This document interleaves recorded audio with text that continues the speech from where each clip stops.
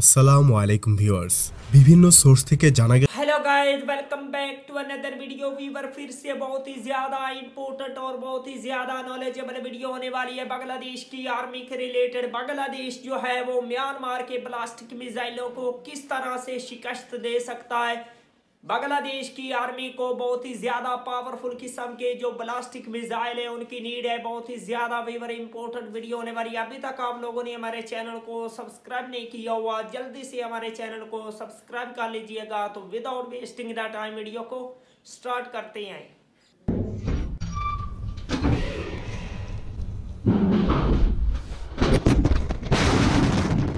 আসসালামু আলাইকুম ভিউয়ার্স। বিভিন্ন সোর্স থেকে জানা গেছে উত্তর কোরিয়ার সার্বিক সহায়তায় মিয়ানমার ব্যালিস্টিক মিসাইল ডেভেলপ করছে। যেমন গত সপ্তাহে এশিয়া টাইমস একটি প্রতিবেদন প্রকাশ করে, যেখানে উল্লেখ করা হয় উত্তর কোরিয়ার সার্বিক তত্ত্বাবধানে ব্যালিস্টিক মিসাইল তৈরির কাজ এগিয়ে নিচ্ছে মিয়ানমার, যার রেঞ্জ হবে 700 কিলোমিটার।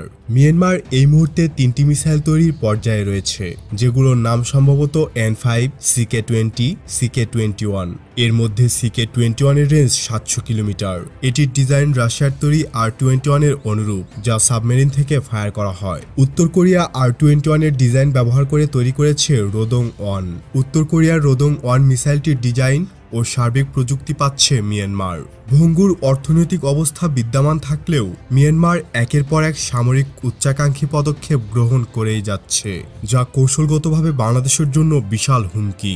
মিয়ানমার বাংলাদেশের ওপর কৌশলগত চাপ বজায় রেখে বিভিন্ন ফায়দা হাসিল করার পরিকল্পনা নিয়ে সামনে এগিয়ে যাচ্ছে। তারা 700 কিলোমিটার রেঞ্জের মিসাইল তৈরি করছে এই মুহূর্তে। পাশাপাশি চীন থেকে সংগ্রহ করেছে SY-400, যার ওয়ারহেড কমিয়ে রেঞ্জ 400 কিলোমিটারের মতো করা সম্ভব। বাংলাদেশ এই দিক দিয়ে, অর্থাৎ সামরিক শক্তির দিক দিয়ে মিয়ানমারের থেকে পিছিয়ে আছে। বাংলাদেশের যে অর্থনীতি, তাতে এরকম সামরিক বাহিনীর অবস্থা পৃথিবীর কোথাও আছে বলে আমাদের মনে হয় না। যাই হোক, এখনও বাংলাদেশের কাছে উপায় রয়েছে এই কৌশলগত চাপ কাটিয়ে ওঠার। বাংলাদেশ ইতিমধ্যে ব্যালিস্টিক মিসাইল ক্রয় প্রক্রিয়াতে রয়েছে। খুব সম্ভবত তুরস্কের বোরা ব্যালিস্টিক মিসাইল আসবে, যার রেঞ্জ সর্বোচ্চ 360 কিলোমিটার পর্যন্ত বৃদ্ধি করা সম্ভব হবে। বাংলাদেশের প্রেক্ষিতে এটি একটি সময়োপযোগী সিদ্ধান্ত। তবে এখানেই বসে থাকলে হবে না। মিয়ানমার যে রেঞ্জের মিসাইল তৈরি করেছে তা দিয়ে আমাদের সকল বন্দর ধ্বংস করতে সক্ষম হবে তারা। ফলে ওই সময়ে আমাদের অর্থনীতি এক প্রকার ভেঙে পড়বে তা বলার অপেক্ষা রাখে না। আমাদের মিয়ানমারকে কাউন্টার করতে হলে তাদের সকল বন্দরগুলোকে হামলায় সক্ষম হতে হবে। এক্ষেত্রে সম্ভব হবে লং রেঞ্জ ব্যালিস্টিক মিসাইল দিয়ে। মিয়ানমারের সকল বন্দরকে ধ্বংস করতে 1000+ কিলোমিটার রেঞ্জের ব্যালিস্টিক মিসাইল প্রয়োজন হবে। আমরা চাইলেও MTCR এর জন্য এই রেঞ্জের মিসাইল ক্রয় করতে পারবো না, অর্থাৎ 300 কিলোমিটার অধিক রেঞ্জের মিসাইল ক্রয় বিক্রয় নিষিদ্ধ। এক্ষেত্রে বাংলাদেশের দুইটি উপায় হাতে রয়েছে। প্রথমটি হচ্ছে MTCR এর সদস্য নয় এমন কোনো দেশ যাদের সঙ্গে ভালো কূটনৈতিক সামরিক সম্পর্ক রয়েছে তাদের সাথে আলোচনা শুরু করা। এক্ষেত্রে একমাত্র সম্ভাবনাময় দেশ হচ্ছে চীন। চীন MTCR এর সদস্য নয়। পাশাপাশি বাংলাদেশ যদি জোর দেয়, তাহলে চীন থেকে গোপনে এই মিসাইল ক্রয় করা যেতেই পারে। দ্বিতীয়ত ও সবচাইতে নিরাপদ উপায় বলা যায় রিসার্চ অ্যান্ড ডেভেলপমেন্ট। বাংলাদেশের যেহেতু পূর্ব অভিজ্ঞতা নেই, শর্ট রেঞ্জ বা কোনো ধরনের মিসাইল তৈরি করে না, সেহেতু একা এটি তৈরি করা সম্ভব নয়। তাই এক্ষেত্রে যৌথভাবে করা যেতে পারে। যৌথভাবে উৎপাদনে MTCR এর সরাসরি কোনো নিষেধাজ্ঞা নেই, তবে তারা কূটনৈতিকভাবে চাপ দিতে পারে। এক্ষেত্রে সেরা অপশন হতে পারে চীন এবং তুরস্ক।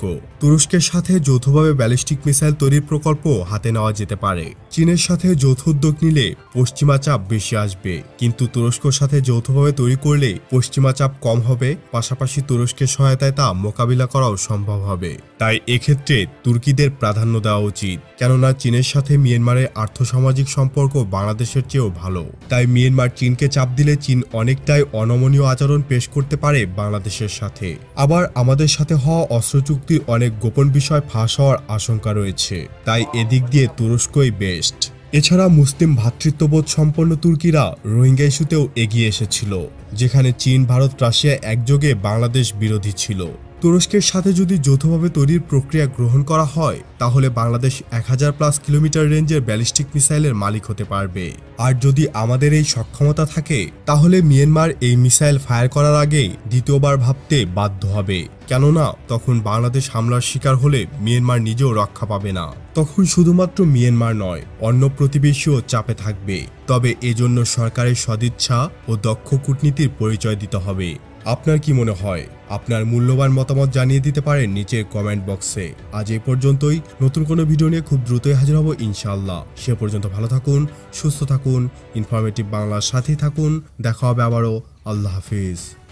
ये थे वीवर मिसाइल जिनसे बांग्लादेश जो है म्यांमार के मिसाइलों को शिकस्त देगा, म्यांमार को मुंह तोड़ जवाब देगा। पाकिस्तान, तुर्की और चीन के मिसाइल जो हैं वो बांग्लादेश की आर्मी की पावर बनेंगे और म्यांमार और भारत को मुंह तोड़ जवाब देने में कामयाब होंगे इंशाल्लाह। बांग्लादेश की आर्मी जो है वो बहुत ही ज़्यादा पावरफुल किस्म के ब्लास्टिक मिसाइल जो हैं वो इस साल जो है कामयाबी से बाय करने में कामयाब हो जाएंगे। तो वीवर बांग्लादेश की आर्मी जो है वो इंशाल्लाह बहुत ही ज़्यादा पावरफुल हो जाएगी इस साल।